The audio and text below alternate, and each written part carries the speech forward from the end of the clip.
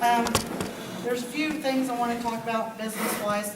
There's some clothes back there on the back table. You guys are more than welcome to take whatever's back there. Just don't be greedy because other people might want them. But whatever's left will go probably to the Goodwill, so just whatever you want. There's, in this white container up here, there's some pictures. If you want to take a couple of them out of there, that's fine. About 2:30, if there's any left, you can take whatever you want. Just take a couple at first. Over here we have, Robin asked me to do Relay for Life for her in her honor, and I promised her I would, and we'll do this every year. So half of the profits go to Relay of Life, the other half goes toward the service, and then after this year, then all of the profits will go to Relay for Life. And so that's one reason why I had you sign the guest book, because I will be hitting you all up for Relay for Life. There is a donation box up here for the service, and there's a guest book. If you have not signed the guest book, please go ahead and do so. And if you can print it, that's great. I know we talked about that going. Everybody has brought their bells, I assume? Yeah? Okay, if you didn't, there's a couple bells on the table. Just keep it quiet, keep it away from the kids.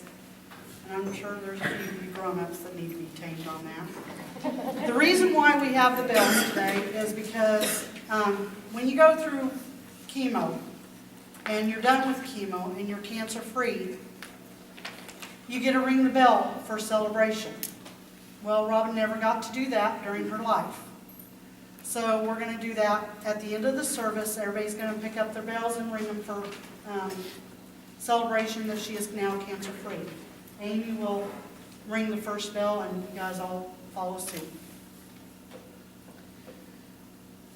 I want everybody to take a moment to think about the blessings in their life. Whether it was their firstborn child or their first car that they drove, they may still have it. I don't know how many of you guys have your first car. I know April still does. Maybe it's, the first time you went to a barbecue with your family or whatever that blessing is. Take the time and think about those blessings right now.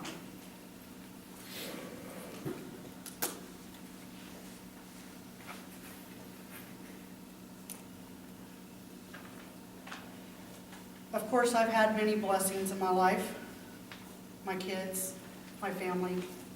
Robin was a big blessing to me. We shared a lot together. We lived together a lot of times, off and on throughout our years. Of course, we had a rocky start when we were growing up. She chased me around, beating me up because I didn't give her a glass of water. But that was Robin. She taught me a lot of lessons, like not stealing from her. Yeah, that was a good lesson. Don't ever steal from Robin. She will let you know. But she listened to me when I was in pain. She listened to me when I had a good story. And I listened to her as well.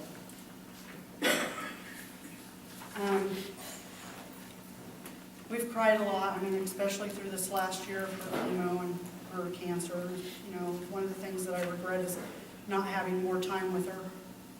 But I was blessed to at least know that I had a year with her, or, as much as I could. So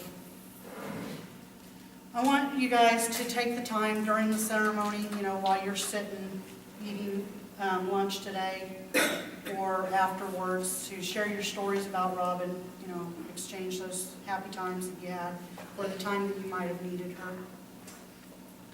There's a few things that I wanted to talk to you about her, tell you, stories.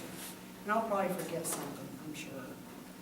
But one of the funny stories is I posted on Facebook about the fainting goats. Does anybody remember that?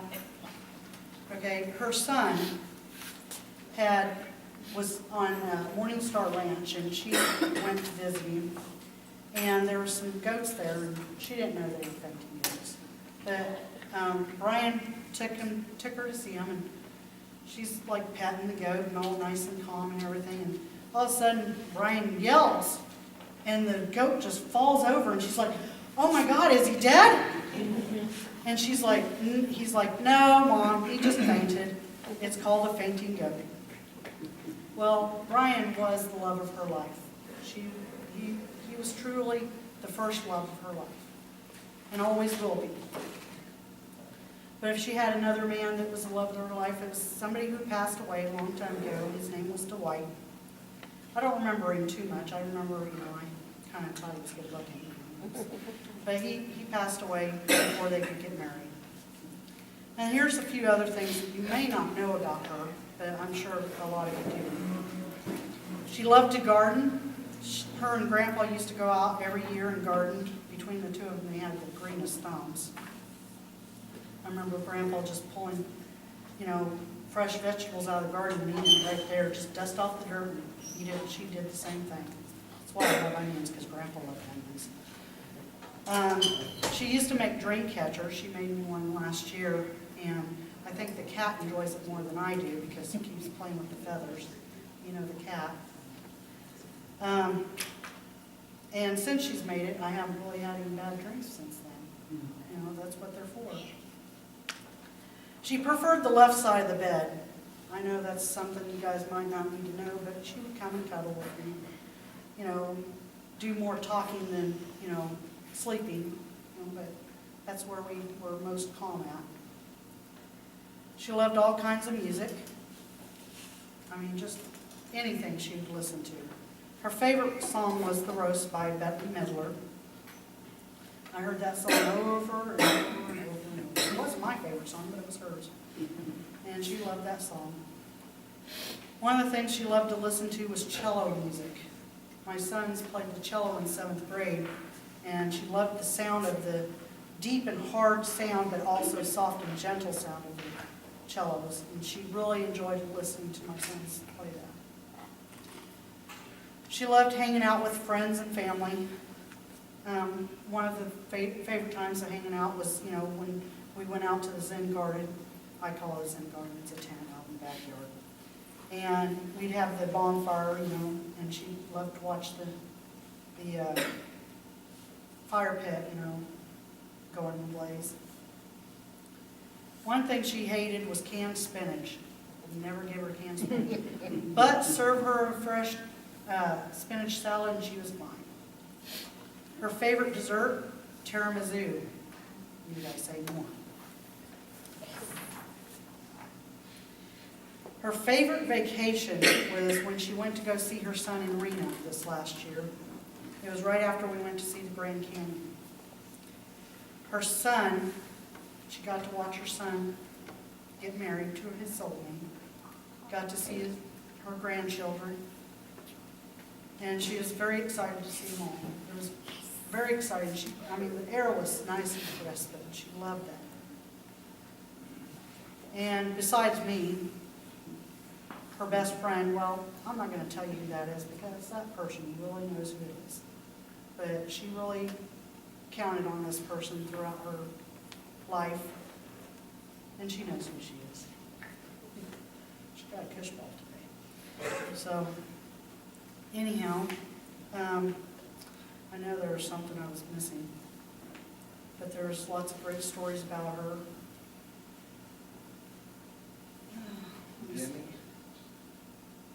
Jenny, could I say one thing? Yeah. I just said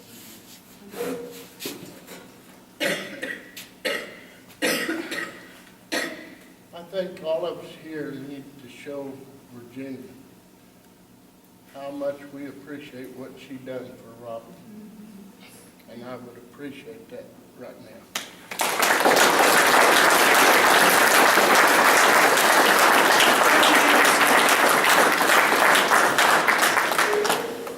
Supposed to make me cry. Well, we've got lots of stories, but I'm trying to make this quick so that we can get to lunch and visit and have fun. And this is something Robin wanted to do. Robin didn't want a dark funeral service. She wanted everybody to be happy and have fun. So I'm going to turn the reins over to Dennis, and he's going to say a few words.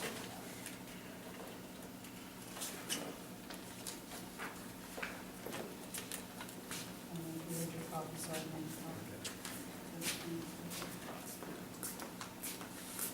so. Okay. What we're going to do now is a blessing ceremony for Robin. And she had asked me to do this for her while she was still alive, so we're certainly going to do that.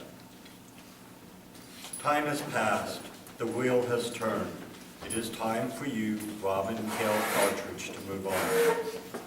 We will walk hand in hand with the Lady in the Lord and with your ancestors who came before you. Great Mother, welcome Robin back to your womb. Great Father, welcome Robin back to your arms. Let her come to you and know that she has been blessed by your gracious gift of life. Let her come into your divine love and let her know that she has left behind a life of legacy, that she will be remembered and loved.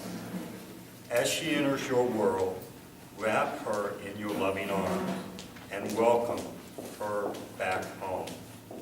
Let her speak to the ancient ones to learn the greater mysteries that lie beyond the veil. Give her the strength to take these final steps and allow her to do so with peace and dignity. Those of us who are left behind shall indeed mourn her death, but we shall know that her soul and spirit is coming back to the Holy Mother and Holy Father, and that she shall be made whole again. We shall cry, but we shall laugh, for we shall celebrate the life that has been given to Robin, and let her know that as we now marry part, that we shall also marry meet again. And now, with this candle, respect the flame of Robin's life.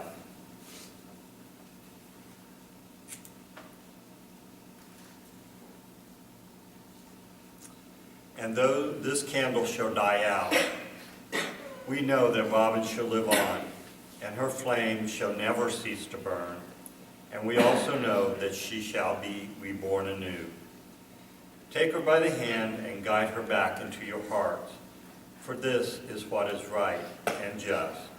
Let her walk down the path that leads